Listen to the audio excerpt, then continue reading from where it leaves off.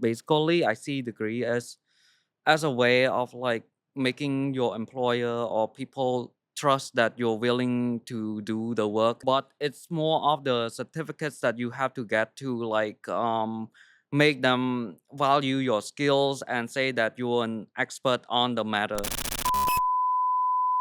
Hello, everybody, and welcome back to another episode of our product series here at Human Managed. I'm Deborah, and today we have Norak as well as Tech, all the way from Cambodia, to talk to us about their experience and journey as cybersecurity analysts.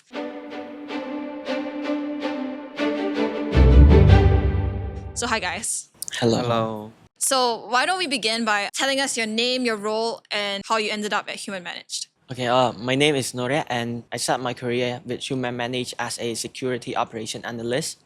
So I joined Human Manage since May of 2025.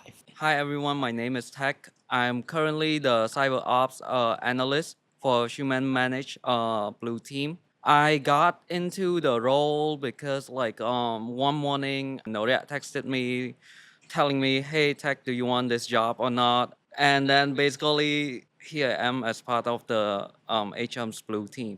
What drew you to working in cybersecurity? What drew me into cybersecurity is that I always curious about the technology and also how it's work as well as the attacker get into stuff like that. So the curiosity is what allowed me to learn more about the cyber. For me, mostly because I was doing a lot of things related to cybersecurity, like publishing news articles relating to cybersecurity in terms of like cyber attacks and stuff like that, phishing, emails, and DDoS, and data privacy, all of that, and doing like writing really good reports and getting feedbacks on it, and just really getting the push from professors for me to go into this field helped me with like just getting into this job. Okay, so how did your family react when you said you wanted to work in cybersecurity? Were they like happy or were they like, oh, like, Basically, my parents, they were really supportive before like I even got a job. So anything that I do, that have always been like really supportive, right? For my mom, she doesn't really understand what cybersecurity is. She only understands the word IT, right? IT. So the like her son with a laptop equals to like being really tiring, right? So she was like, get this guy a lot of food when he's working. Okay, and then my dad, he's aware of cybersecurity. He was just happy I got a job. My mom and dad is very supportive. They also want me to get a job, so in anything. yeah, But I relate to that. when I land a job as a cyber, they always question me what did I do. So I said it's not just about hacking, getting to some people's phone or you know their laptop or some stuff. It's I work in a field that I monitor stuff. I try to protect the data like that, something like I see. So, like, how do you feel about being part of Cambodia's like emerging tech sector?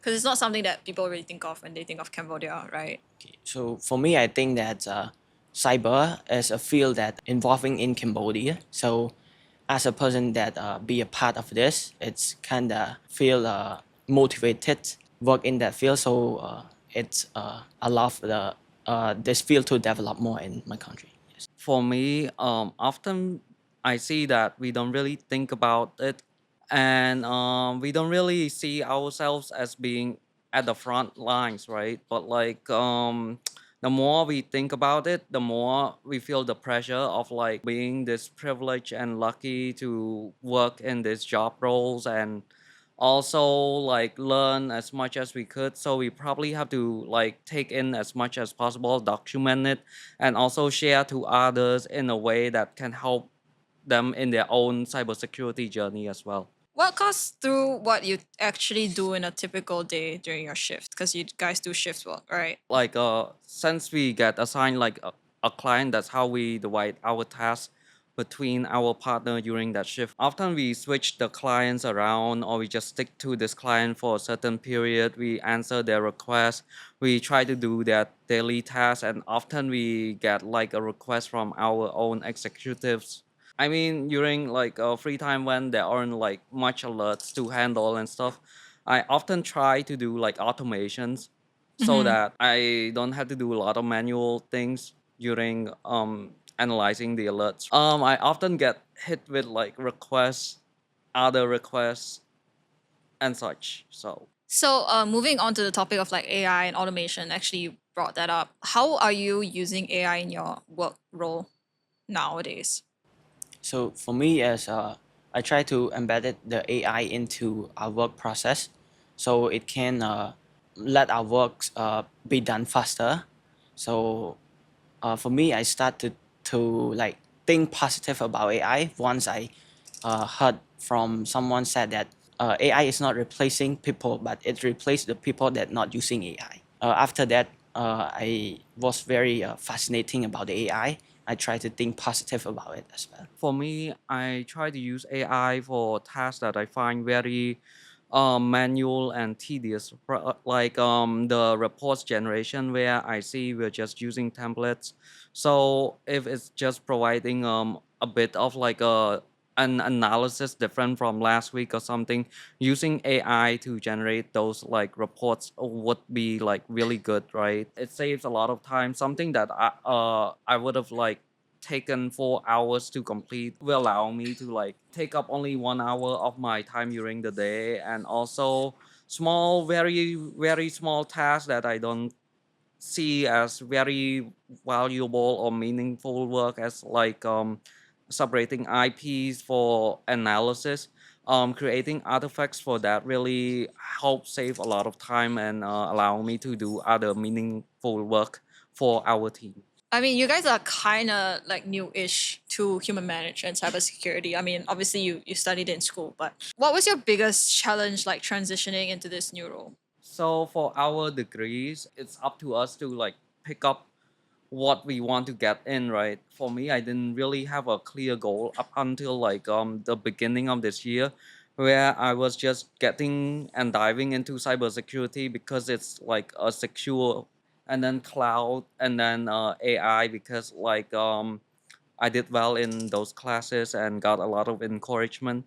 And but yeah, like cybersecurity has always been something that has stuck with me since even before joining uni. So it has always been at in the back of my mind because I often manage my own assets, and also like was very interested in checking this out and that out. It's kind of a bit related to cybersecurity. So for me, the most challenging in cyber is that I have to like try to apply all my self learning into the real world investigation, something like that. So uh, for the first time, it's very challenging for me to like try to understand stuff in the real world. But once you get into that, it's become much connect with each other.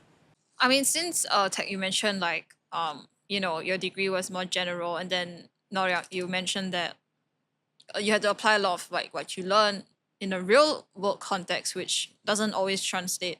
So that's would you say that you need a computer science degree to do your job, or do you think there's like some other way to get to where you are?